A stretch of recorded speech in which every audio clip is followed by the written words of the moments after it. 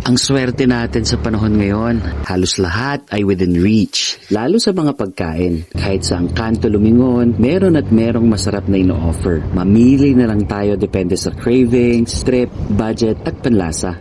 Ayan mo, sa Ilocano, meaning saan ka or nasaan ka. It can be answered by Idtoy and then where you at, or Idtoy lang followed by where you are. Ayan mo, Idtoy lang 3H Complex, tabi ng Resonable Hospital. Mag-take out tayo kay Mang Banok. Maraming pagpipilian. Pero sa ngayon, try natin ang lechon manok at bangus sisig.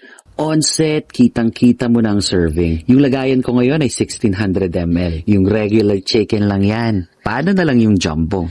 Marami na rin akong na-try na bangus sisig pero itong sa kanila, serving pa lang panalo ka na. Masarap yung chicken kahit walang sauce. Meron siyang unique na lasa na sa Mang Banok lang matatagpuan. Ang sarap nut-nutin kahit yung buto. Yung sisig, panalong panalo. Tamang-tama ang timpla at hindi nakakaumay. Kung ganito kasarap ang bangus at manok doon, paano na lang yung iba pang products nila? Na-excite tuloy akong bumalik.